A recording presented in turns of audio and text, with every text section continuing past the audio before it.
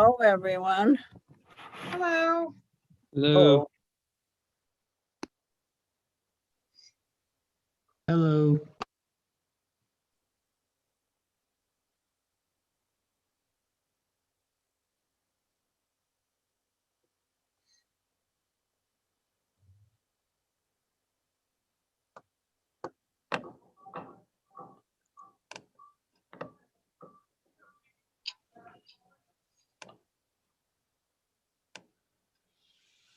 The wrong logo.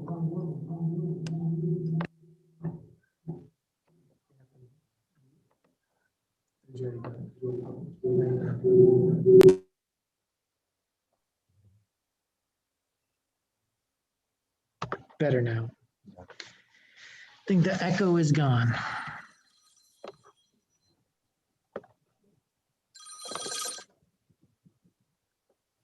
Hello, Larry. Yes, sir. Just saying hi. Hi. We got our new logo on the screen, so you saw can that. see. Yeah.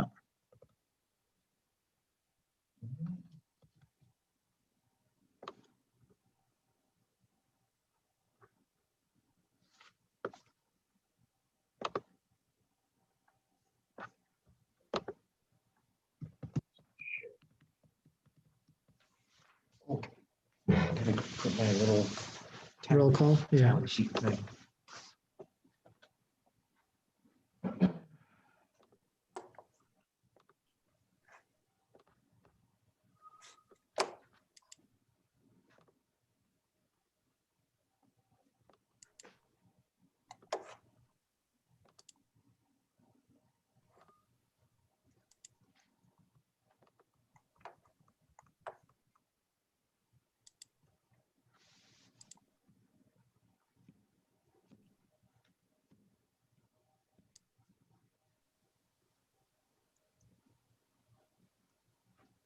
Mrs. Whitaker said the vacuum bugs us. Okay. Let her know. I'll let her know. Yeah.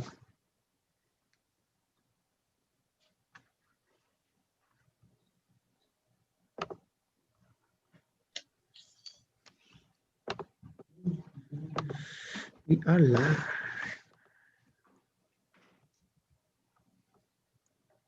Mhm.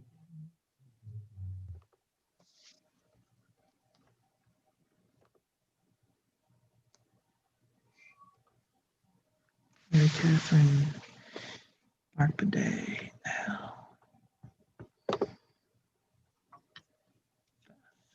Need one more. Yeah. Oh, you heard me counting, Larry? Yes, I did. I was doing the same thing though. I can count to 4. I passed arithmetic. Well, I can count all the way to 10 on most days. So Well, you know, the screen here on Zoom, it says there's 12 participants, so that I'm cheating that way. So I understand. I let the computer count for me. All right, we have 5 now, Emily and Bill, 6. All right. Hello. So we will have a quorum. Hi, Emily. Hello. Just to let you all know, my camera has been funky lately. I don't know why. I've been trying to figure it out. It goes in and out. So I'm just leaving the Harbor Springs logo up, but I'm here talking. It is me. Jeff is here and Andy's here as well. Yeah.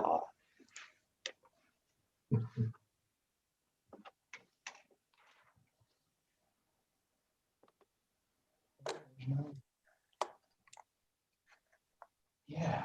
And you guys will notice I changed the name from Victor Sinadinoski to City of Harbor Springs. So it's maybe a little late, but it's more official. Before it was my name. But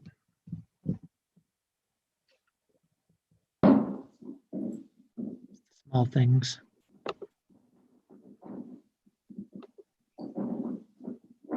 If you might want to close the blinds behind you because there's a glare. Yeah. There you go. Oh, there you go. Too sunny here in Harbor Springs. Who brought that with them back from Florida? I wonder what Andy Bowman's going to bring back from. Is that where he's at? No, he's somewhere in somewhere. And I think like I've talked to 3 or 4 builders this week that as soon as they finished their plans, they were taking off to go to Florida. Somebody else is going to Cancun. Now March must just be the time when they are getting out of town. Everyone's been itching to go. Looks like Mark is out of town. Oh, I'm just On a channeling beach? my inner Andrew Bowman. I'm just down the beach from him. Oh, good, nice. This is reality. Okay. I was gonna say, is that what climate change has done to Goodhart Beach? Is made it a tropical place? No. All right, Mary Catherine, it looks like it's 5:30, and I think since Annie Bowman's not here, you are the vice chair, so you're the acting chair. That tag, I'm it. Yep. All right, so I guess we will call the meeting to order. And we've already confirmed we have a quorum. All right, we'll do roll call. Beth Rahali, I'm here, but I'm in Vero Beach, Florida. Oh, okay. I'll show you my view. It's a real one. All right. Mary Catherine Hannah, Mary Catherine Hannah, sorry, yes, I am in fact here, and I am in Harbor Springs. Emily DeBay, Here, Harbor Springs. and Jack Deegan, I believe, is not with us, right? George Pete, Here, Grosse Pointe, Michigan. Bill Mulder, Here, Harbor Springs. Mark Boudet, Here in Harbor Springs. and Andrew Bowman is absent. Al Dyka here, Harbor Springs. and Jake Krieger. Here, Harbor Springs. We have a quorum. All right, so that moves us on to the approval of the minutes from the February 18th regular meeting. Has everyone had a chance to review the minutes? They looked okay to me. Is there a motion to approve? If I may interject, if I can, Madam Chair. On the top of page 3, go back one page, there we go. In the first line, stating a public meeting will be held after Planning Commission input. That should be, I think, public hearing. Because we have to have a public hearing to receive public comments for an amendment to the zoning code. Okay, That's a good point. These are all public meetings. Yes.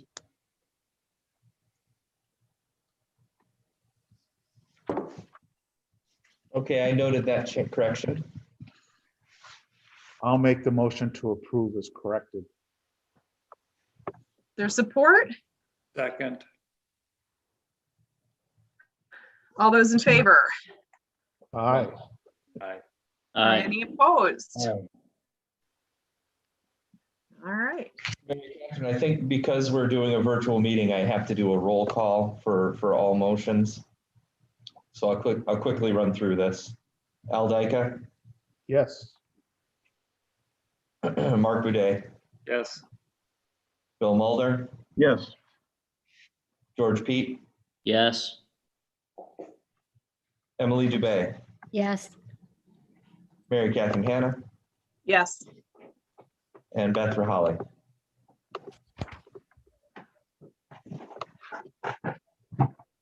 All Yeah. right, is there any public comment or correspondence for something that is not on our agenda tonight? Yes, I did not include it. We just got an email today by a Mr. Eric Winsma, and I think that was his last name. Yeah. And it was just an email, and I don't need to put it on the screen, but he just has an interest in thinking that maybe the city should set up some sort of historic preservation committee because we have no rules and regulations for when we renovate and take down old homes. So I invited him to come to a planning commission meeting in the future if he wants to submit his comments and thoughts.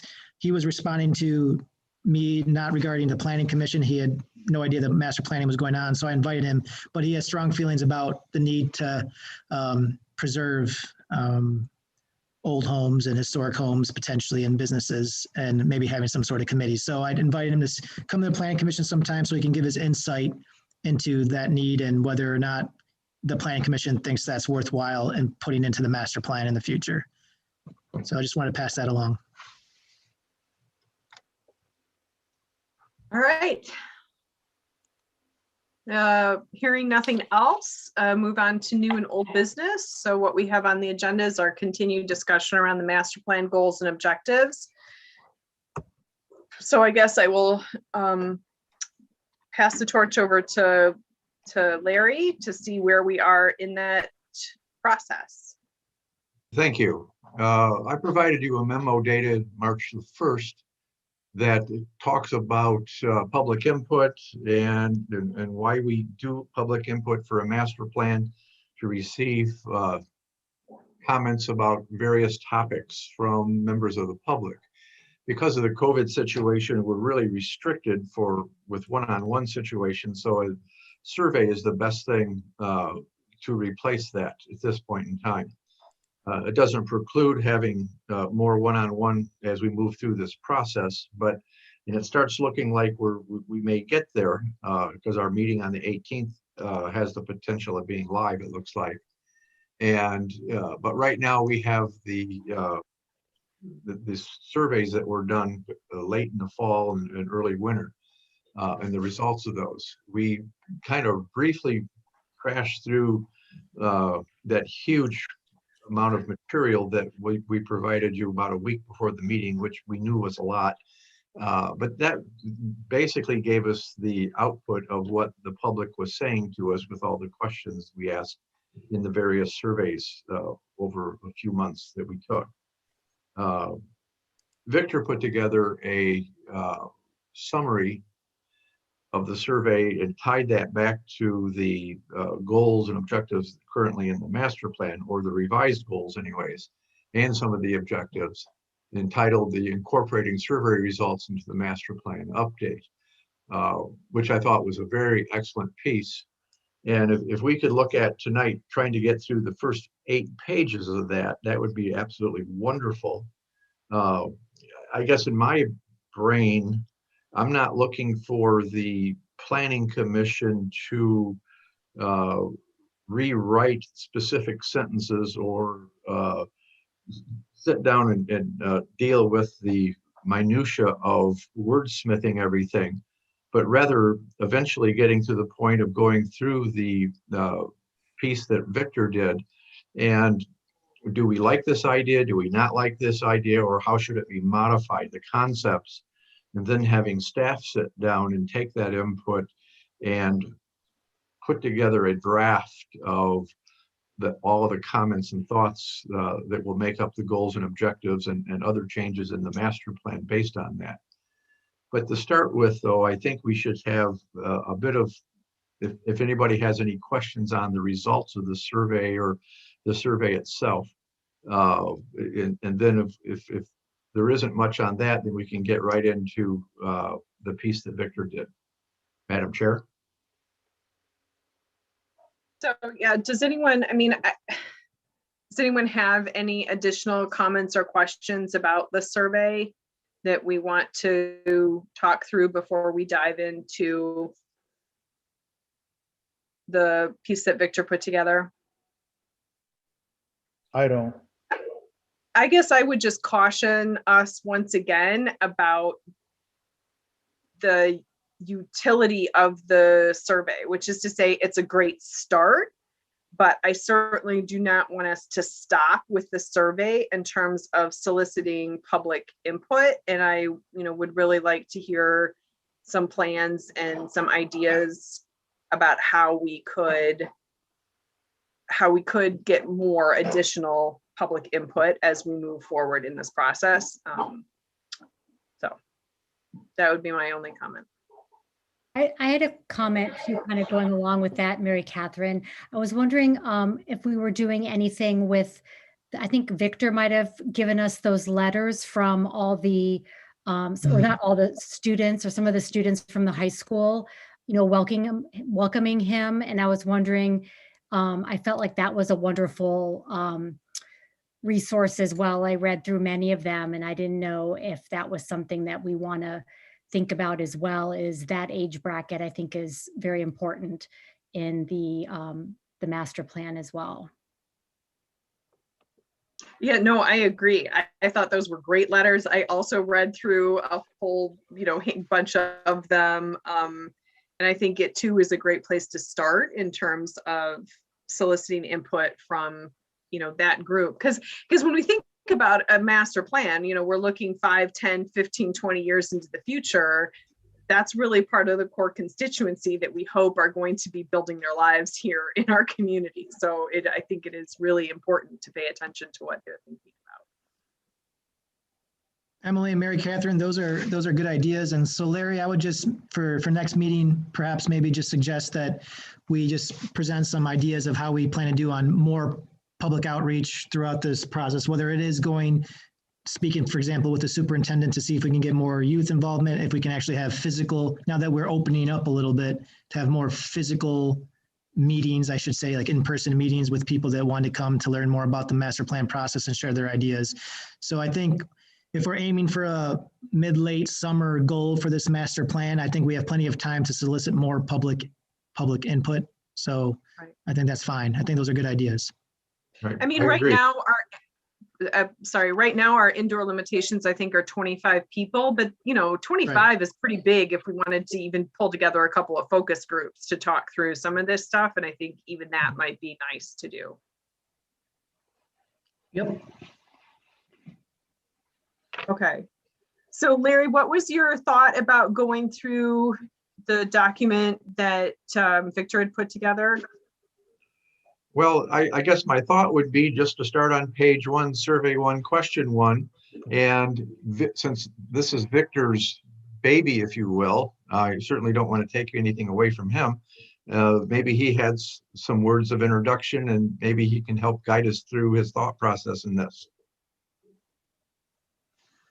Yeah, I would be more than happy. I think my idea with this was for me, just picking out from the survey results. Again, these are just from the survey results, not from planning commission members' thoughts or anything else.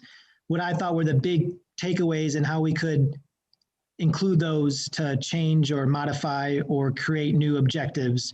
And so when I ran through all the questions, I thought that this would be a good way of just visualizing how we can incorporate some of the changes if we feel that they are necessary changes. So my goal would be to go through the survey questions and just say, here's where I feel the results of this question mean and what it might mean for our goals and objectives as they exist. And if the Plan Commission is fine with that, I can run through that, and we don't have to necessarily make the changes based off of that, but at least it gives us an idea of some of the changes we might want to make.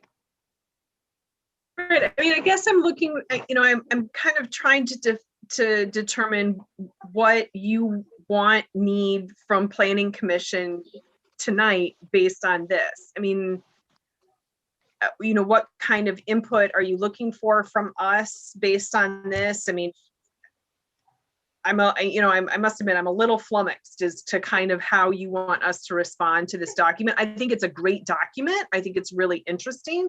I read through it all, and some of the things I agree with, some of them but what kind of input are you looking for? What are you looking for as an outcome from going through this? Well, I guess in my opinion, let's take first page. The summary of the question 1 is that natural resources are very important, with the Little Traverse Bay and clean air being scored very high. And so Victor has suggested that we strengthen language in our master plan to reflect the community's desire to require more protection for these resources, especially Little Traverse Bay and clean air. I guess, does that action make sense to the Planning Commission? Absolutely. Okay, I hear some positive responses. So in the first instance, we talk about goal 1 should include objectives that specifically relate to protecting our air, water, and groundwater. Currently, Goal 1 contains no such specific objectives. I think that's a great idea.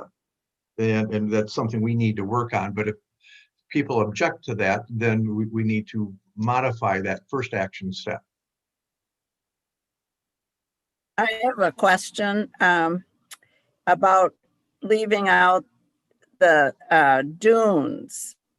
Aren't the dunes, are they left out because we have dunes, don't we, in the city limits or not? Yeah, yes, we do have dunes in the city, but they're not like, they're not moving. They're not as dynamic in the city of Harbor Springs as they are in other places of the state of Michigan. And from a survey standpoint, the sand dune was probably rated the lowest in terms of needed protection. Doesn't mean they're not important, Beth. It's just that from the survey standpoint, they didn't rate as high. And I think we should keep them in mention, don't you? We certainly can do that, yes. So I guess to answer Mary Catherine's question, then the purpose of this practice, this exercise would be to start narrowing in on some of the goals and objectives and some possible changes to them, and not to commit to a final list, but to get the Planning Commission's general feeling about whether or not the results of those questions and how the survey questions and how I suggest they may be reflected into changing our goals and objectives if that's something we want to pursue. And maybe we can easily check off some that we all agree with, and then there'd be others that might be related to other subjects like parks or housing that we need to take a more, have specific focus groups on because the results aren't clear, or the Planning Commission doesn't necessarily believe that the survey results, are exactly representative of what we should be doing. So the idea is we're going through this exercise is all right, yep, we agree with this, changing this objective or keeping this objective the same. So that would be my suggestion on how we would move forward. I guess that kind of echoes my earlier thought, my earlier comment, which is I honestly really have to wonder if this is premature. I just don't feel like the survey is enough in terms of public input for us to really be diving into the discussion about because then I feel like honestly there's a point at which it's just us. It might as well just be the Planning Commission reviewing this and saying, oh yep, like that, don't like that.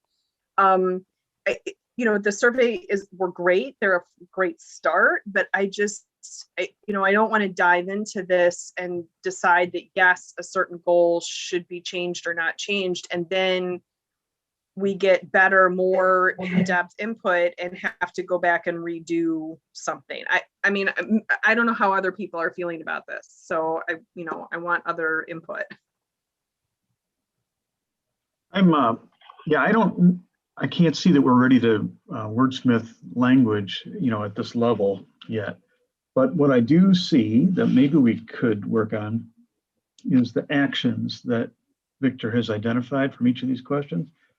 Maybe if he thinks it would be helpful, we could talk about each of the actions and decide, just give him kind of a general yes or no. We agree with that strongly, or that's questionable to us. I wouldn't spend a lot of time working on that one. Victor, do you think that would help? I would leave that open to the Planning Commission members decide how you want to proceed on that one. This is your guys' wheelhouse. I know unless Larry has any other insights. I guess when we do surveys of the population, and there's a lot of different ways to do surveys. You could send them out to everybody. You can do random samples, every taxpayer. We chose to use the internet and through the city website, and we got a good response. We got a good cross section of people, it appeared, that responded to the questions. Larry, if I can interject, we also did send it out to every single household. We mailed out. We sent an invitation to them, right, Victor? An invitation to take it to every single household, yeah. Yes, that's right. We did do that. Thank you for that correction. And it's a good indicator of what the people think in the city. And as I commented last meeting, from the comments that the Planning Commission provided, the positive and negative piece, there are some differences of opinion between what the public told us and what some of the planning commissioners think. And we have to be very cautious with that. Normally, what we would do in a situation that we have, and this is pretty normal in the master planning process, you go through several iterations of public input and you start building the plan at each level of public input that you get. This being the most objective, and straight across the board, people respond to surveys. And we got a good cross-section of answers in here and a plethora of written comments too, which were amazing that we got so many in so many subjects. But we take that information and we start to craft ideas. And then we take those ideas back to the public, whatever forum that we can muster this summer or this spring, given the COVID restrictions, and start exploring those with people. And they can change, they can shift, they can be verified by the public groups that shows up and comments on them. And so that, and then we go through a public hearing process also, where we introduce the entire plan to the public, and they have the opportunity to comment on it, which gives then you, the Planning Commission, the ability to make adjustments to the plan based on the public input that we received. But my experience in doing this is normally the public hearing that we have on a master plan is attended by maybe a half a dozen, 10 people, because generally people, the public just aren't that interested, generally speaking. And that's after doing this for 45 years. There's been some rare exceptions to that. Unless there's a real hot issue in town, and some of the historic hot ones have been landfills or mobile home parks and things of that nature that are extremely controversial. Do we get a lot of people showing up for public hearings on master plan or land use issues? And I don't really see a lot of hot issues in the town because we're such a stable community, and it hasn't really changed that much physically. There's been a lot of subtle changes that have been going on, short-term rentals being one of those. And we had a lot of good solid input on short-term rentals. And we need to address that issue. Now, how we address it it will be interesting. We may get a strong showing of short-term rental owners that lobby very hard not to have any limits on that, if that's a route to go. And so we have to be careful with how we do public input and how it's going to influence the plan. Well, I'll tell you, Larry, I'm not real interested in figuring out ways to limit public input, but that being said, No, that's not my you. point at all, is limiting public input. Okay. I hear you, Larry, and I appreciate the surveys, and I think they were great information for us. So then let's do that. Let's go through the summary and the action steps and see how people are feeling about the actions. I don't think we need to dive into the specific language unless somebody has something that they want to call out in particular. But if we go through the survey questions and the actions, tonight, just to get a read from folks about how they're feeling about those, then we can move on to our next step. I like that. Maybe we can just try to, give Victor and Larry, we're strongly in favor of this, or, oh boy, we got questions on this particular one. So you tread carefully. Okay. All right. So I guess, Victor, if you want to step us through this and we can give you our feedback. Okay, I'll do that. So as Larry already summarized, number one, the residents felt, or the survey respondents felt that Little Traverse Bay and clean air were the most important natural resources that define the character of Harbor Springs. So the action item that I suggested is that our master plan should reflect the community's desire to encourage, require more protection of those specific resources, especially the Little Traverse Bay and clean air. So we should do more essentially in our master plan and our goals and objectives to emphasize the bay and clean air. And of course, as well as other potential natural resources, but those were the two most important. So then I would leave, I guess this is the point where any planning commission members, this is where the thumbs up, thumbs down, you know, favor, don't favor. I'm strongly in favor of this, and I would also propose that, the shoreline, including sand dunes, sort of native plant and dune species and grasses, something to that effect be included in that, because without the shoreline, we don't have a defined bay. And George, that's a good point. That is a good point. And there are other sections of the survey and the master plan that also get more detailed into natural resources and environmental protection.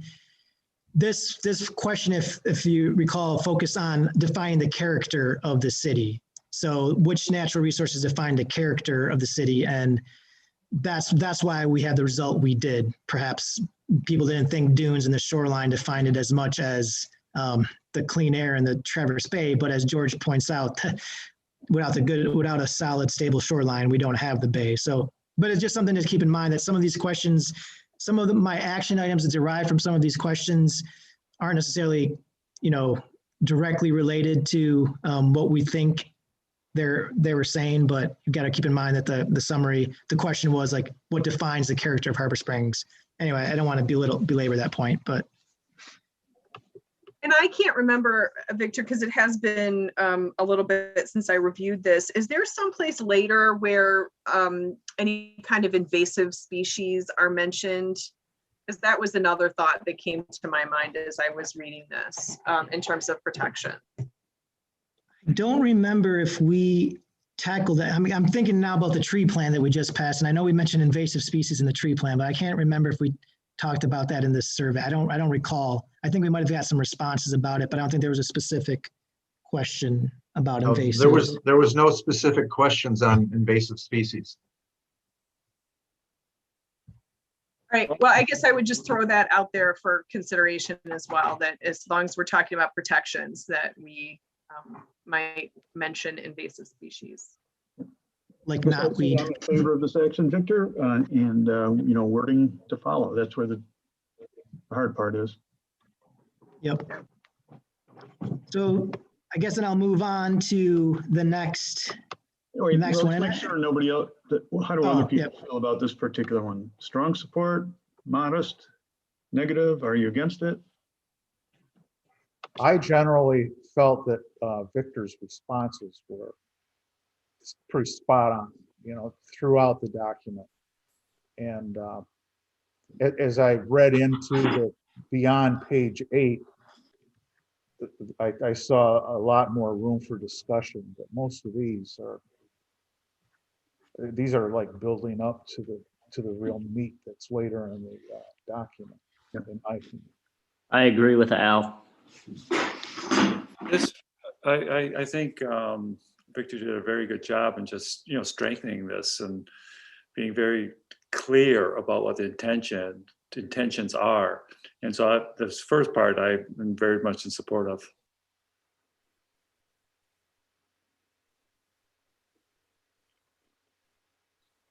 Well, I think that gives me and gives Larry what we need for this. Okay. And Mary Catherine, Chair, I'll move on if that's okay. To the next one. Please. I'm sorry. I keep jumping on and off between mute and unmute because I have a lot of background stuff going on. So apologies in advance. No, that is totally fine. And I'll just, before I move on, one clarification. I did not do an analysis for every single question, especially as we get on later, because my reasoning for that was that I found out based on the survey responses, it didn't seem like much needed to change with that goal or objective. So the ones where I saw there was more room for change and growth or modification, that's where you'll see more of my meat. Anyway, survey 1, question 2. Summary, about 40% of respondents regularly use city's trails. So an action was to encourage more residents and visitors to use city trails. Pretty straightforward. Yeah. First thing popped into my head is what city trails? Yeah. So when we classify cities trails, we meant trails that are within the city. So we do have trails within the nature preserve and a couple that are there. Kiwanis Park. And we have Kiwanis Park Trail, quote unquote, that's people can snowshoe and cross country ski and play disc golf. But obviously they're not extensive yet. Right, Denny?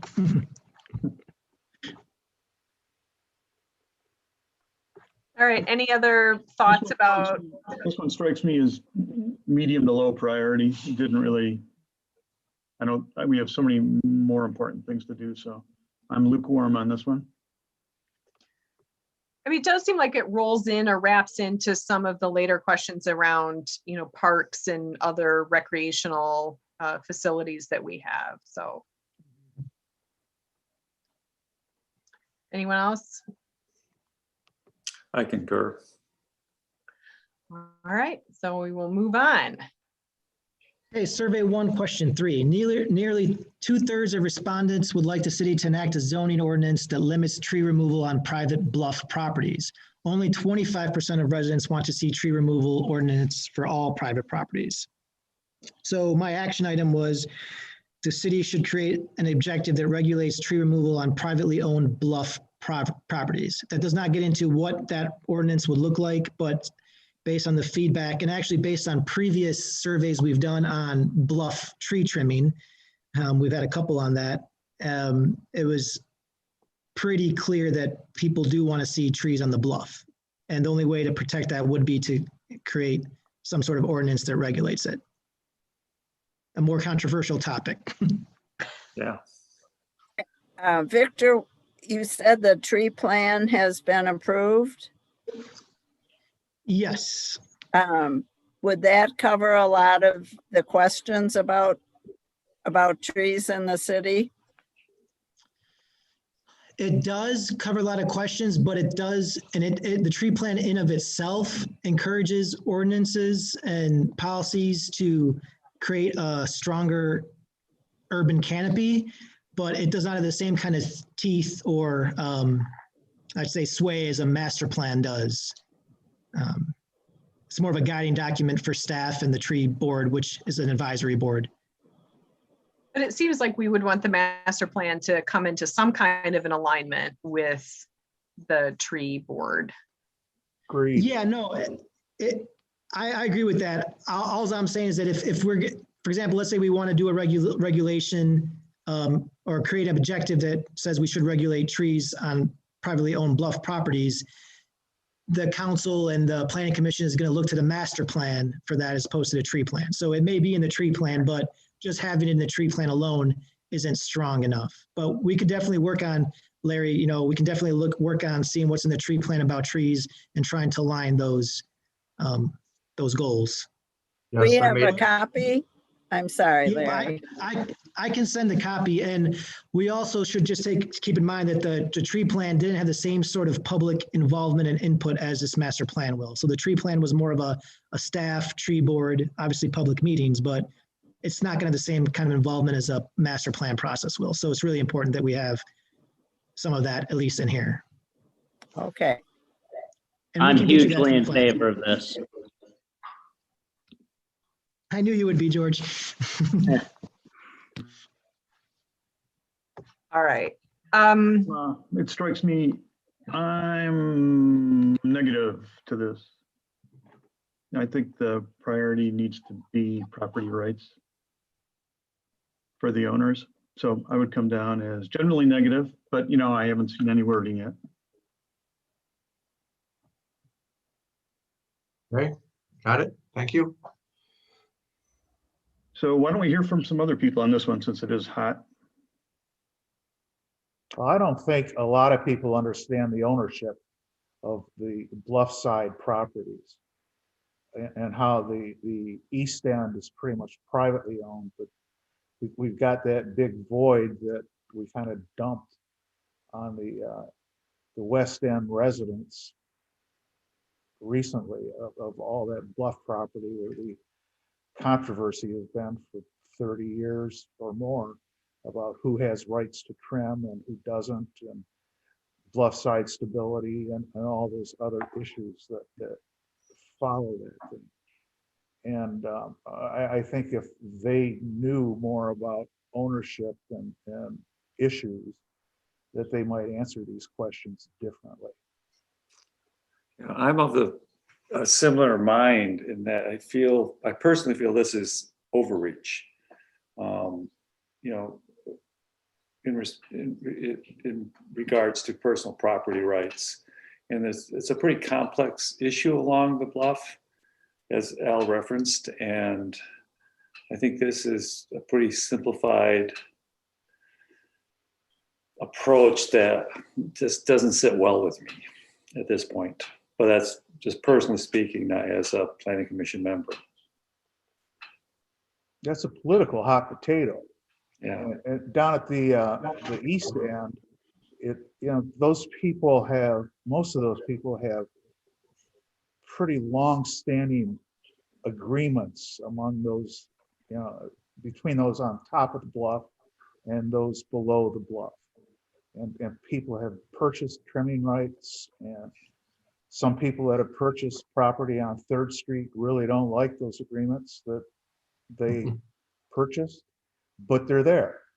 And how can we go in with a master plan and start trying to overrule or redirect these property agreements? And then, like Mark said, the control issues on private property, and that sure seems like an inappropriate reach on the city's part to me. I've been involved in this topic in a whole host of communities, and you're right, it is a real hot potato. But it sounds like in Harbor Springs, a lot of it is being managed privately by agreements with property owners, and others in other areas it's not. So it sounds like I think there's a foundation for establishing some general goals and objectives here. And some of those objectives may be further research into this topic about who controls what and where and how, and really helping to dive into that situation. And maybe that's what in part the tree plan does. And I have not seen the tree plan, but I know it's a tough one, but it's environmentally extremely important too for the stability of the bluff. Because if the bluff fails, we got a lot bigger problems than trimming trees. And that's because it's a very, very steep bluff, and the trees are what keep it there. So we need to be careful, but at the same time, we don't want to try to undermine what has been working for so many years either, in a lot of locations in the city. So maybe our best situation here eventually is to get to a point of general statements at this point in time. And if it's something the city with the tree board wants to continue to pursue, we have a foundation established in the master plan, and there's a lot more research that needs to be done to establish firm policies and guidelines on how to deal with this situation. This is all going to have to be worked out with council, and this is going to take a while to get right if the city does decide to pursue this. My thought is, I don't think it should go in the master plan right now that it's our objective to regulate, trees on private property on the bluff. We may come to that, but I just don't think we need to poke people in the eye with this right in the master plan right now. Well, and as a personal opinion, I would disagree. Because regulation doesn't have to be overreach. It can be pretty straightforward, and it can be fairly mild. And I think creating some uniformity so that we don't run into issues where we're putting everyone's property at risk because somebody cut down too many trees and caused instability. And to be consistent with our earlier statement that we want to protect the shoreline and the dunes and the character of Harbor Springs, it seems like we have to do some things to put some teeth into that. But, you know, I also agree that this is something that probably needs some more work and some more diving into, and maybe even this is one of the areas that we have to, you know, get some additional work groups or, you know, focus groups or something put together around. Yep. Well, can we perhaps, if this gets sort of like reframed a little bit, instead of focusing on tree removal and that type of thing, but maybe focus on stating, if it's in the master plan, stating that, you know, the goal is to create stabilization of the bluff, because that's the concern. And then you could investigate different ways in which the bluff can be stabilized, and that could perhaps enhance some of the existing agreements that are already in place. That might be a more politically palatable approach. And I think I agree with that wholeheartedly, Mark. And I think that kind of gets at the heart of why we would want, or why some of us would want, some people might think that it's a good idea to talk about how we would regulate this. So I think that's an excellent suggestion. Okay, so there we are. We have a disagreement, and Victor needs to know how to proceed. You know, should he draft this into the master plan, or should he not? Or should we do more research into more public input as well? Yeah. Well, if I can chime in here. A ton of that. Yeah, I'm just saying that I don't think we need it as a specific action in the master plan right now.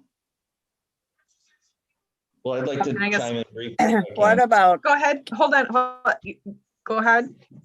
the stability of the bluff is something the master plan should be looking at, since we're looking 10 years into the future. And the idea of addressing it that way, because that's a very important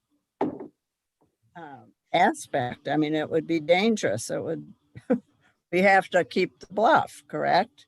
So, Well, I think this is Jeff here. I think we have a lot of language in the zoning code already regarding the stability of the bluff. We've fairly well described and defined a restricted bluff zone that talks about what type of work can be done within there. And there are times when people in doing work would need to come to the planning commission to have their plan reviewed by the planning commission or an engineer in order to do any work that might jeopardize the stability of the bluff. My comment on the trimming of the trees thing, primarily what seems to be, from the time that I've been here, at issue is whether or not we should allow people to trim or not trim trees that was on property that the city was under control of. And we've kind of rocked the world here with the determination that the city does not control that property anymore. We've determined that that is in fact actually private property. We don't really get very many concerns that come to the city regarding the trimming of trees on the east side of the bluff where it's all privately owned. So I think in my opinion, I think there's a good argument for maybe waiting on this to let things stabilize and see how they look after the situation on the West Bluff has settled down a little bit and we see how things naturally shake themselves out. That's just kind of my thoughts on that with what's been going on here. So let me ask a clarifying question here, because the language here is tree removals, but what everyone keeps talking about is tree trimming. Are those distinct enough that we're talking at cross purposes, or is that something that we want to explore as we continue to think about this and do some more research and set this one aside? That's a good point, Mary Catherine. And I think from the tree board's perspective, what they are concerned about primarily is a clear cutting of one of the private property owner right now can just clear down the entire bluff. And not only do you potentially have some stabilization risk there, but you also have an aesthetic impact there. So that's where we're coming about, as tree removal was this question. and is really where the tree board is coming from. So I think there is a distinction between tree trimming for views of the lake as opposed to taking out all the trees on the bluff. And that is something that, you know, it seems the survey respondents were like, all right, that's important, but it's also been on the issue from others as well. So I think they're two distinctive things. Well, I think So also, then maybe, go ahead. well, I just think Go ahead, also it's important to know when people are talking about tree trimming, realistically what they're talking about is, or what was happening was topping of the trees, just cutting off the top of the tree so that they had their view of the bay. And realistically, that ends up creating a situation where that tree dies and you're removing that entire tree a few years later anyway. So, and I think that's why we typically have talked about tree removal, because that's the end result anyway from the tree trimming that was done. Right. So maybe what we need to do is sort of set this one aside for some more work around kind of those nuances of tree removals and tree trimming and bluff stabilization. Because if there is language already that protects the bluff, maybe after further looking at it and thinking about it and looking at those particular ordinances, we feel like there's enough there to address the concerns that were raised by people, if that's really the concern. If it's about view, then maybe that's more about some trimming that we could handle in some ways that don't feel quite so like they're overreach and invasive. So I guess my thought is to sort of set this one aside. Yeah, I think it can be set aside. I agree with you on that. But when it comes back in, I think the key is view development. It's how you develop the view. You can, like Jeff says, people just they chop the tops of trees off, which is the worst thing they can do. Or Right. you can develop it, a variety of different ways to develop the view, so you keep the bluff stabilized, and at the same time that people can get, the view of the bay and with a nice foreground of trees in it that they can see through. But I think view development and trimming are really key terms that should be in here whenever this comes back. Right, and bluff stabilization, I think all of those things play a part in it. All right, is that kind of enough for you guys to? I'd like to suggest one thing is, it seems to me that a master plan is more of a vision of the future. And our language in the master plan should be somewhat vague on, what on the trimming issue and the stabilization issue. It should speak to the issues that, we have to keep the bluff stabilized with vegetation and while still allowing reasonable cutting for those that are for the community to enjoy a view of the bay. I don't think it should be any more specific than that in a planning document. We've got all kinds of other documents in the city that control exactly what you can do. But this is the visionary document, and it's supposed to get us thinking about things. And it's not an ordinance, it's nothing. I don't think it should be all that specific. No, but there have to be some objectives under our big, vision goal of things that we want to see happen in order to make sure that objective So the is carried out. Those objectives are to maintain stability on the bluff while allowing a view. Well, right, but that would be part of the goals. So, okay. Just one quick thought. The third element of this, you got the view, the stabilization, but a tree is a renewable resource, and when they get removed, there needs to be a replanting plan also that we need to think about in this. Broad terms, though, not the specifics in the master plan, as Al indicates. Totally embrace that idea, but we need to think about the idea of replanting the bluff as time goes on, because trees don't live forever. You got storms, you got other situations that happen, and cutting, dying, disease, bugs, and we got to make sure we're always renewing that resource on that bluff to keep it stable. So that would come in if this comes down to an ordinance, right? That level of detail. Oh, yes, yes. But I guess the broad idea I'm suggesting needs to be part of the master plan also, of replanting. Next question. That one, Okay, we can move on. All right. number 4. Question. Yep. So over 2/3 of respondents believe the city should encourage energy efficiency and conservation measures to combat climate change. Slightly over half think that green stormwater infrastructure, pursuing renewable energy options, and local food production and consumption would help combat climate change. Less than a third think that providing opportunities for mass or alternative transportation would be appropriate actions for the city to combat climate change. So we don't have any current master action item. We have no current master plan goals or objectives that address climate change. So we should emphasize in our plan how the city can potentially mitigate the effects of climate change in Harbor Springs and how the city can contribute to minimizing its contribution to global climate change. Again, this is based on the results of the survey question. And again, if you look at and I'll just make one comment about alternative transportation and mass transportation. This comment was in relation to climate change and not relation to other types of needs for transportation. So just keep that in the back of your mind as well. And we weren't thinking about the Chicago River here on St. Patty's Day, right? With green stormwater? No. You know, they put a green dye in the Chicago River on St. Yeah. Patty's Day, and the river flows green. I'm sure all of you know that, right? Yeah. Okay. So how do people feel about this generally as a broad statement that the city should be encouraging more and different energy efficiency and conservation measures?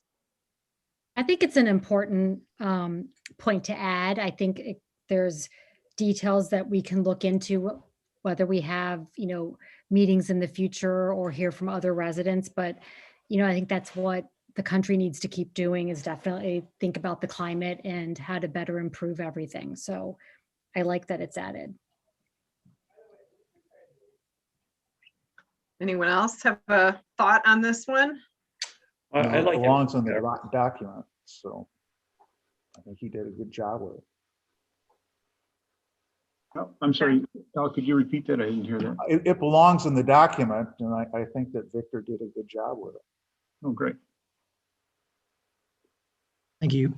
I'm medium on this one, and I think we could set some broad goals, but maybe it's more general wording, like city will look to make decisions that are that balance environmental impact with good business decisions. Not really in favor of us incenting different things. I think we ought to let the market generally do that. And we shouldn't do any extreme environmental things that just don't make financial sense to, make a statement. So I'd say I'm medium on the overall action, which is to mention climate issues. I like this being in there. I think it belongs in here. I think it's the right direction to go. I think it needs to be broad. This is, again, like Al stated, it's a vision of where we need to go, and there's a lot of work to be done here. Hey, this is Denny. I want to comment on this. I'm the new Parks and Rec director. Thanks for including me. I think it's a good thing to have it in the master plan, because I believe there's going to be some grant opportunities that we can take advantage of. And if it's listed in your master plan, it helps your chances of getting those grants. Good point. Okay. Well, and I liked the suggestions because it helps me think about how this could get incorporated into the master plan. But obviously, all of those are kind of open for us to work on as we move into the next stages of the master plan, how either broad or specific we get in terms of goals under this objective. All right, any other thoughts on that one? All right, let's move on to the next question. Question 5 on the top of page 4. Yep. So respondents ranked the following in order of importance from most to least, So preservation, conservation of natural resources, residential development, commercial development, and industrial development. So basically, when you rank the priorities, those four broad categories, the respondents believe preservation and conservation of our resources was most important, and industrial development was the least important. And that's kind of actually reflects a lot about our community right now. We don't have, quote unquote, much industry at all within the city limits. So my only action item, if there was an action item, is to create more goals and objectives that deal with preserving and conservation of natural resources, since it is such a high priority. At my initial assumption, just as my aside, I thought residential development was going to be that on up in the top there above preservation, just because of the whole housing situation and the second home versus first home kind of issue. But definitely got preservation, conservation of natural resources as the most important.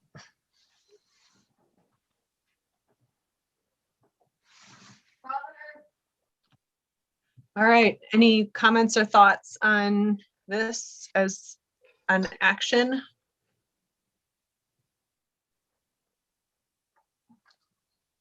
Crickets. Nope. Looks like I should move on. All right. Okay. Question 6. Most respondents would like to see more or improved views of Little Traverse Bay. Action would be to strengthen language about the views of the bay, including more detailed suggestions and objectives. And we do already have quite a bit of emphasis in our plan about the views of Little Traverse Bay. My action item is just suggesting that we could strengthen some of that language, since it is still very important.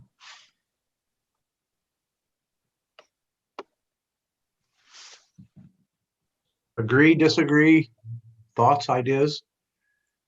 I agree. I think it's important. I think it goes along with so many of the other summaries, like natural resources, it's the water. I think so many reasons people come here and live here is having that view of the bay, and we're so fortunate to have it. So I think it's very important that we have that part of the master plan for sure.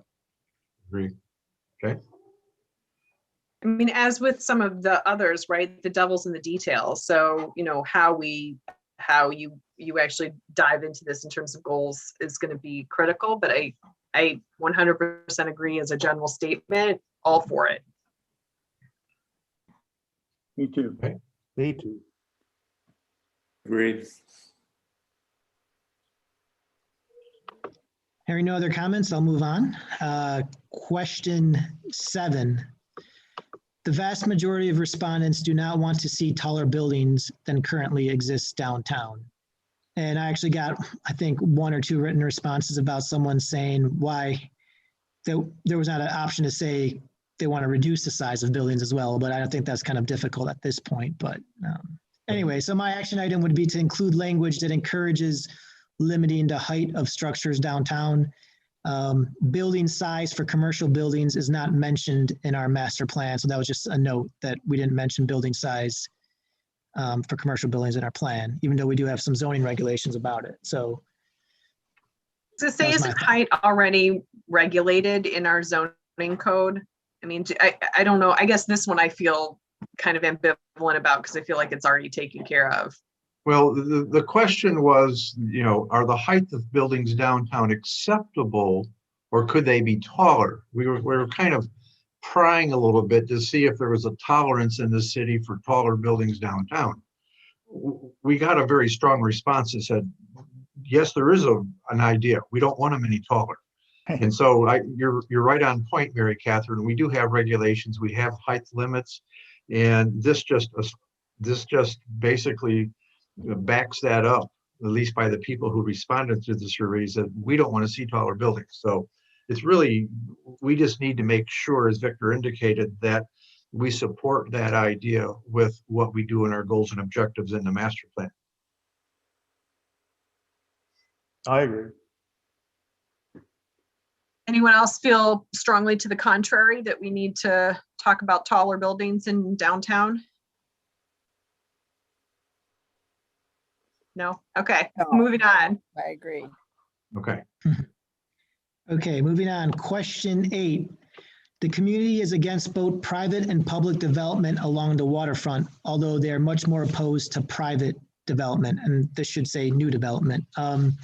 My action item would be to keep existing restrictions, perhaps consider a ban on all new or expanded construction of private, commercial or residential structures along the waterfront under goal 10. So that is a little more specific than some of the other action items, but that was my general feeling, was that based on the responses that we should consider either keeping the wording strong as we have it, or even strengthening it further about waterfront development. I think what they have, what's in the zoning at this point is pretty effective. I mean, it allows for views, it already limits all the development that can happen. So I'm not sure how much more you could actually limit it. And to come in and say you can't do any more to a private property owner, I think is overreaching. Yeah, I think we really need to be careful here, because we don't want to end up in a situation of a taking of someone's property rights. And because waterfront property is extremely valuable in a lot of different perspectives, both just as a resource and as a tax base and as real value. So one of the things that the city did back in the early 90s was we did a study of the building, the private investment that's on the waterfront, and determined that the width of the buildings take up about 60%, just a hair less actually, of the width of each lot. And we put a limiting factor in the zoning code that says thou shalt not be able to build wider buildings than what that basically exists today, or 60% of the lot width. And that's worked very effectively.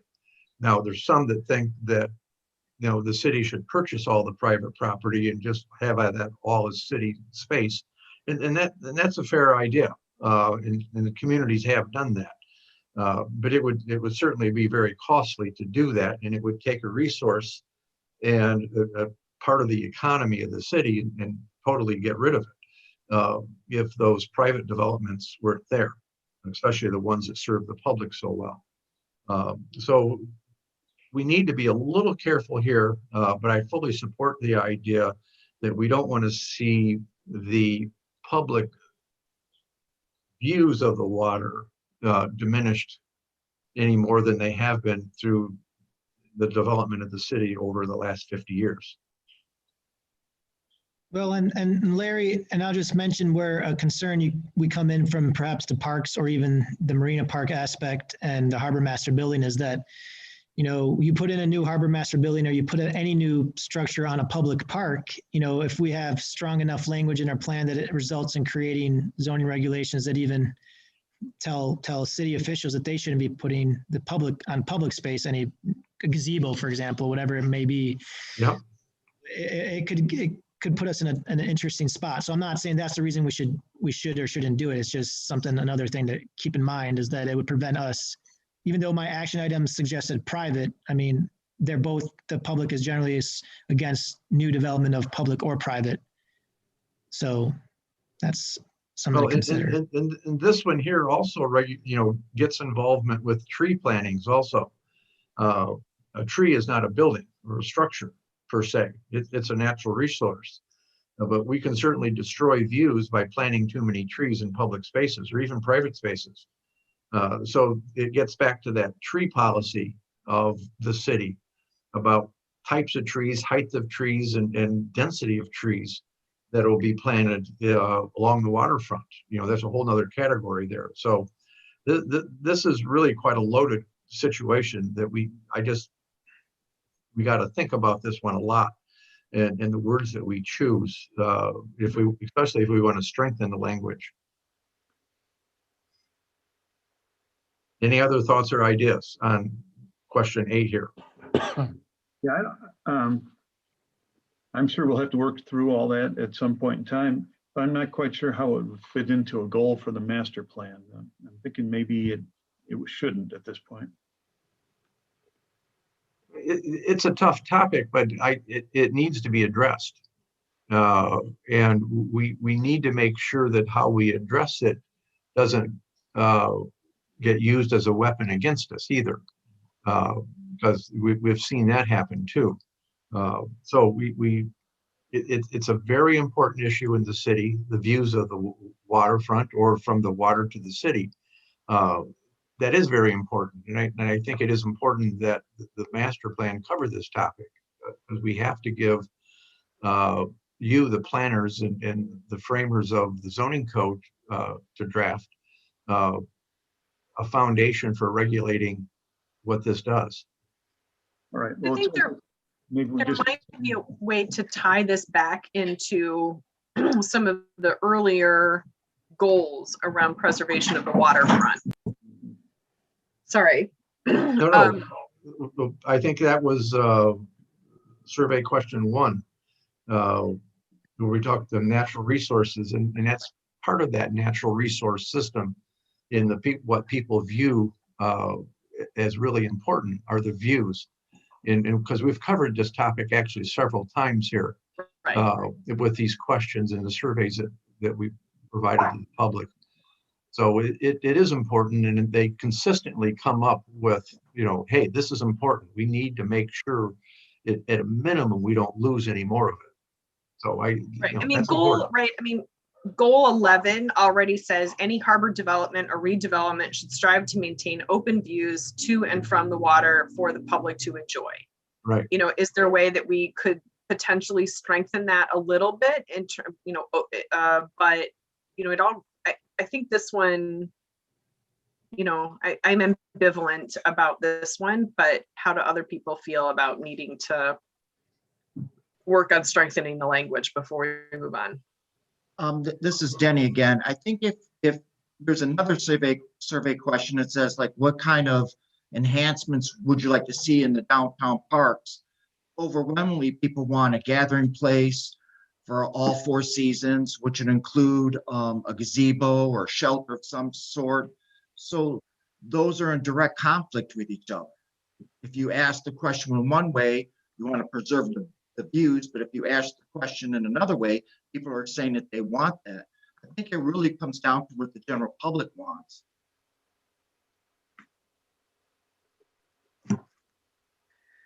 Well, and then you could start parsing about what is the definition of development, because I wouldn't consider putting up a gazebo to be development in terms of it does block the view. It has the potential. This doesn't say anything about the view.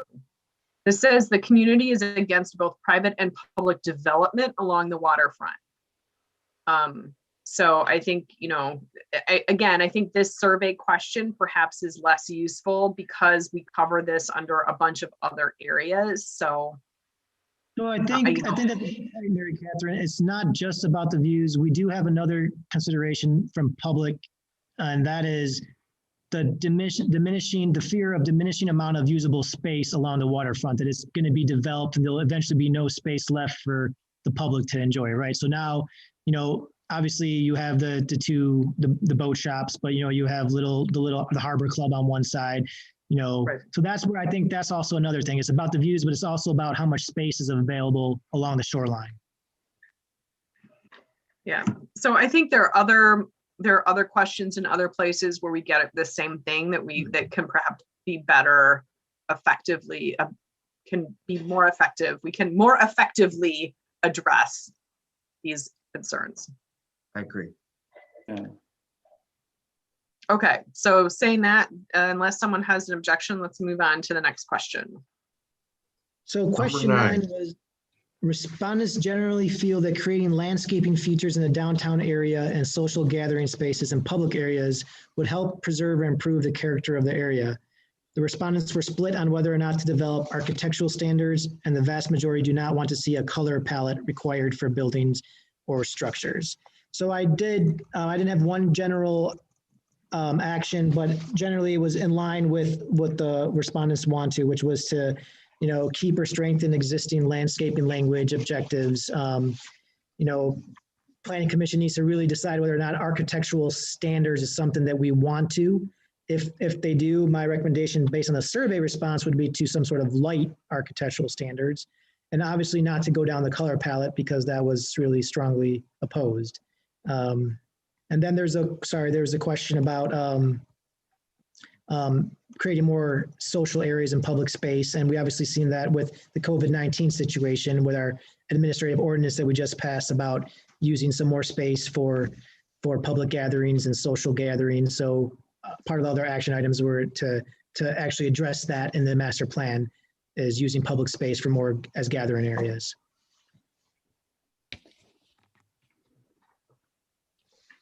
Thoughts? There's some strong ones in here, but it's, quite a list. I guess the ones that jump out to me as being most important based on the survey and what I'm thinking are the social gathering areas and signage. We might want to start to say something about, finding ways to minimize signage and still have, effective circulation and that kind of thing. And Bill, when you're saying signage, you're not meaning business signage, but you're meaning directional city type signage. Yes. Okay, thank you. That's the way I read this question. Okay. Yeah, I would say that given that respondents were split on whether or not to develop architectural standards and all that kind of stuff, obviously, I think that's a very slippery slope to head down. They're very hard to enforce and to create. It would take a tremendous amount of work. That to me seems like it's a rabbit hole. A lot of the other stuff in here is very important, as was just pointed out, but I think some of this is just, just too far to go. Well, let me throw in an idea here on architectural standards. Two things. One, we've been down that road a couple of times over the years, and it was like the Titanic. It went down real quick and got a lot of opposition. But there is another way to approach this topic, if it's something you might want to think about, is form-based coding, especially for our downtown area, where you describe the facades, window types, elevations, finishes, things of that nature with a form-based code. And you can take that from, as Victor had said, to a very light sort of standards to a very intensive set of standards in a form-based code. We've been down that road a couple of times too, and that didn't get a lot of support either, but times are changing. And I know form-based codes are something that a lot of communities are using very effectively. It doesn't mean it has to apply throughout the entire city, but at the same time, in downtown areas, that's where it generally finds its most effectiveness. Just a thought. Is that what Petoskey has? Is that a form-based code for their downtown architectural requirements? I don't know, Mark. I haven't read their code. Yeah.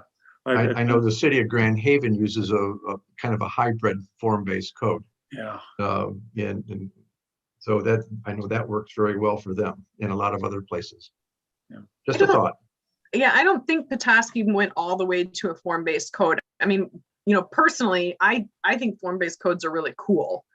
And in some ways they free up people's ability to use their properties because, it's more about uniformity in the look of the building and then not being so picky about what people do with the buildings in terms of uses. But is that something we want to dive into? Yeah. Well, either as part of this process or, looking ahead, because that would be a way to, because obviously, redoing the zoning code, form-based code is the second step if we were thinking. My suggestion in this, if we got down to thinking that as an idea that a rabbit hole you might want to go down, is it goes in the master plan as an objective for something for the planning commission to research and make a determination. Is that something we do or do not want to do? It's not that we have to make the decision during the planning process here that we need to do this, but rather it garners more attention before we can make an informed decision of whether we want to do that or not. I like that idea. I mean, I would love to do some more research and think about what form-based code would really look like for us. Because I think it's really cool, but you know, I also appreciate that would be something that we would look into. Yeah. Okay. Anyone noted. else have a thought? All right. I know you have lots of thoughts, but not maybe on this topic, but. Social gathering spaces is the one that I think just really jumps out as, worthy of including as a goal in a master plan.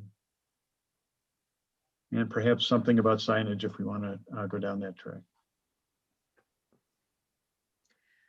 All right.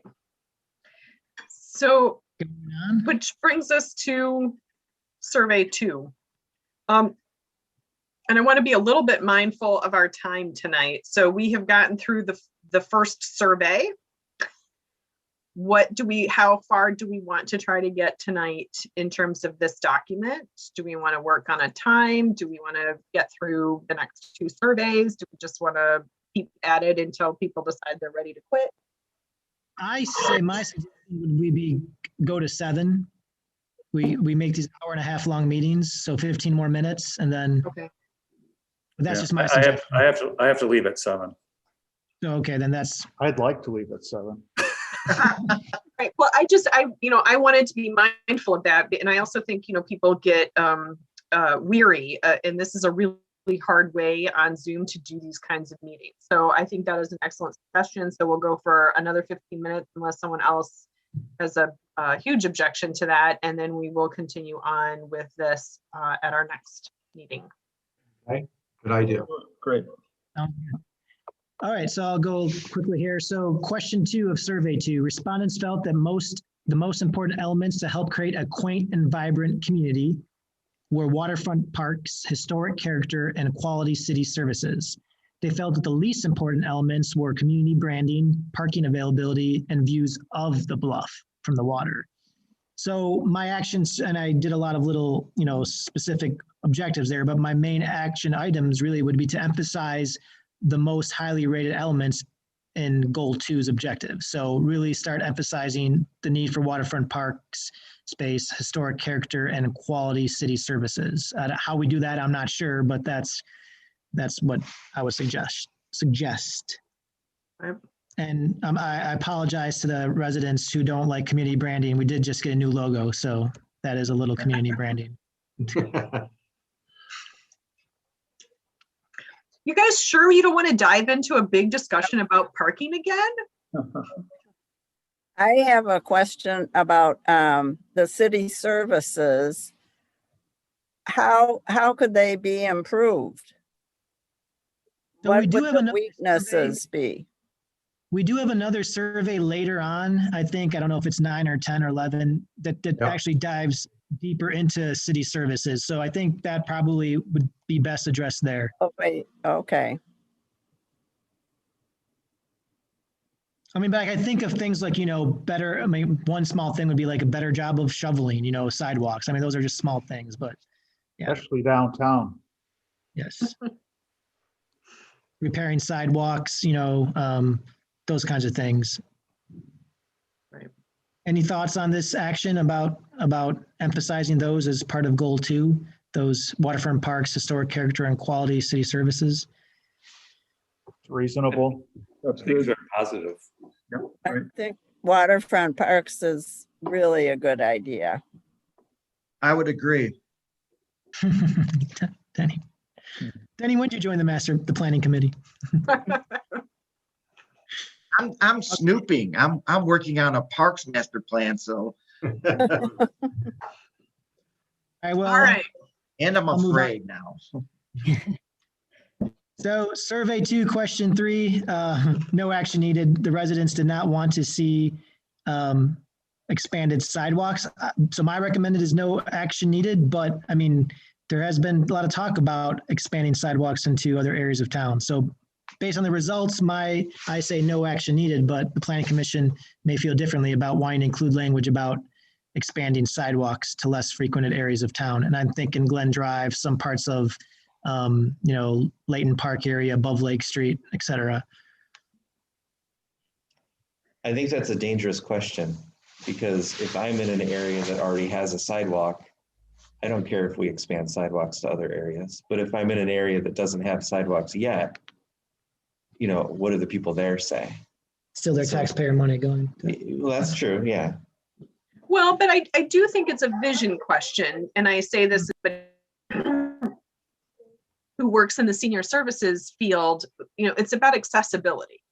If there are parts of our community that are not accessible to folks because they can't safely walk or, commute or access the waterfront because they don't have sidewalks, as we think about who we are and who we want to be attracting to live in our community, is that something that we feel like is important enough as an infrastructure piece to put some commitment behind?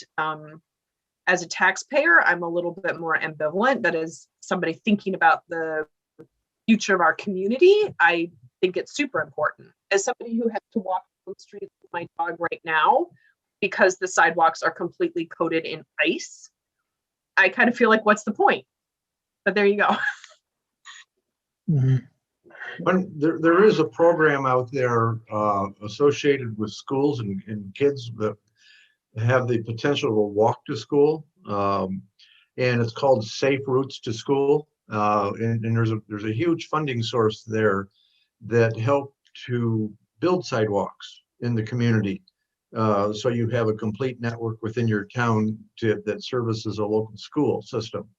So I don't want us to forget that kind of an idea, or I bring it to your attention, I better say. But there's other ways than just using the taxpayer dollars to build sidewalks. And the program is called Safe Route to Schools. So I think that's something we should think of, that we should investigate, so more about it. And we can possibly tie a goal or objective in this area that can help bolster that notion and give us that platform so we can launch a grant application if that's something we want to do. I noticed goal 12 has this, we're talking about complete streets programs, and it includes crosswalks, sidewalks, and roadways. So I think it's covered, that's a different one there, Bill. But Safe Routes to Schools is a different kind of a program. I meant basically geared right to the sidewalks. Just identifying our priorities and actions. Yes. So I think attractive, well-maintained system of roadways, crosswalks, and sidewalks to serve everybody and provide effective linkages. Sounds to me like we've got it covered. Yep. Agree. And council can decide if we are going to spend our money on sidewalks in a particular area. Perfect. If there's no other comments, I'll move on to survey 2, question 4. So regarding parks, respondents believe that the city should invest the most resources in the Marino waterfront green space and the city beach. Zorn Park and Ford Park are in the second tier of parks needing resources. Tourist Park and Skate Park were the parks needing the least amount of the resource investment, according to the respondents. So my takeaway from this was we should include some language in our goals, particularly goal 2 and 5, that recognize that investments in waterfront parks are vital to creating a vibrant community, and make that connect. Essentially what I was thinking is connect, because this survey was about creating a charming, quaint, vibrant community, make that connection between waterfront parks and using those waterfront parks and how they can help create a vibrancy in our community. Make that connection. Yeah, I think this is an important one to add into, look into, because I think it definitely goes along with so many of the other survey questions, just with green space and parks and such, yeah. Okay. Any other thoughts? I think it's spot on. I would maybe vote that goal 2 ends up having something about the waterfront added into it, in addition to the views and whatever else. It says one other thing, I believe. Okay.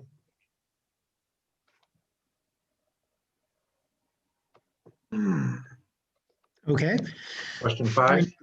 Yep, no other comments. So respondents feel that certain strategies are not really necessary for increasing a sense of place or desirability. Though these include 3 strategies the city is currently pursuing or has pursued: wayfinding, social zones, and the redevelopment ready community process, as well as placemaking. However, there are over a dozen other strategies that respondents believe would help make Harbor Springs more desirable. So my action, and I don't have those all listed here, but my action item would be to include language promoting those strategies that residents would like the city to pursue. One of the questions for the planning commission would be those 3 strategies that weren't really rated high: wayfinding, social zones, and redevelopment ready community process. And I'm not sure the respondents really knew exactly what that process was, but let's put that point aside. Whether we want to focus on those. Obviously, wayfinding was something that I believe Bill Mulder mentioned earlier about, the signage. Maybe we got to find a way to reduce that, and that kind of corresponds with this response here. But social zones was just mentioned in a few comments earlier about needing more gathering places for people. So it kind of, there's a little conflict there again between how people responded. Victor, I agree with you that I bet most people had no idea what those were. Yep. I think this is one where we don't want to maybe take the literal results of the survey, that this needs more development. Yeah, I agree.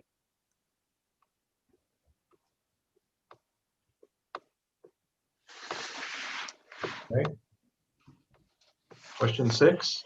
Okay, so just over half of the respondents think the DDA should do more in the way of streetscape enhancement in the downtown. So my action item, even though the Planning Commission doesn't control the DDA, but it would be to review possible streetscape enhancements that can enhance the downtown district. And obviously this just came up with the tree-based project that was expanded to a larger streetscape project, and maybe we incorporate a little more details in our master plan about what that streetscape projects could potentially look like, or those enhancements.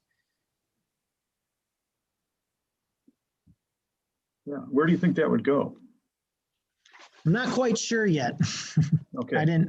So it probably doesn't rise to the level of objective or a goal, but we could mention it. I'm not against that. Right. I mean, I think a bunch of these, there's ways that, once we get into the nitty gritty of pulling the plan together, of folding a couple of these together or folding them under some of the headings, some of the general objectives and goals. All right. So I think we should. Because question 7 is, sorry, I would say that's a good point, because question 7 is the same as question 6, except not just focus on the downtown, but focus on throughout the entire city. And essentially the community responded the same way. So my action would be, again, just review possible streetscape enhancements for the entire city. So maybe we just, how general we go or how specific we go can be talked about later. But if streetscape enhancements is something we want to consider, then, we have it there. Right. And it seems like more trees downtown kind of falls under streetscape improvements, which is the next question, right? Yeah, so the vast majority of respondents do not think that the city needs more trees in the downtown or in the city's rights of way, but a slight majority would like to see more trees at city parks. So again, my action item is a little specific, was under the objective to specify that landscape plans for parks should incorporate trees, but I don't know how, this is a very dicey topic again, because as Larry had mentioned earlier, trees at the Waterfront Park is different than trees maybe at Shea Park or at Kiwanis Park or at Tourist Park. So again, the devil's in the details in these as well. Yeah. Right. I mean, as a general principle, more trees I think are good, but yes, how we incorporate this into a master plan, I think we get done. And with that, I think we're right at 7. Do we want to do one more? I can tell you as a closing thought that our DPW would love to see the trees out of the downtown. It makes their job easier. Sure they would. Yeah, it's for them. Yes. We can stop right now. I mean, that's, if it's 7, that's what we said, we should stop, my Yeah. opinion. Excellent. Stop that Okay. survey, question 9. I'll Yeah. placeholder here. Okay, so we stop at 8 then. Yep, we finished 8, yep. Okay, Okay. Okay. All right. Well, thank you for everyone's input, and we will, unless anyone has any other business, I would call for a motion to adjourn. So I make a move. motion to adjourn. And just a I hear a reminder motion. that our next meetings will be hybrid, in person if you want to be in person, or by remote if you want. We're allowed to have 25 people now, so just keep that in mind. Victor, will we be Yes. able to Zoom at the You next still- meeting? You are still allowed to Zoom through the end of March unless the state extends that order. So right now, you're allowed to remote participate through the end of March. Come April, it's everybody in person, we think, at this point. You know, we can still do a hybrid at this point if people want to come in person and still participate by Zoom. Okay. But obviously, it'll be easier if we all use one form or the other. Okay. Well, we will see everybody at our next meeting then. perfect. All right. Thanks. Good. Bye. Good Bye. discussion. Thank you.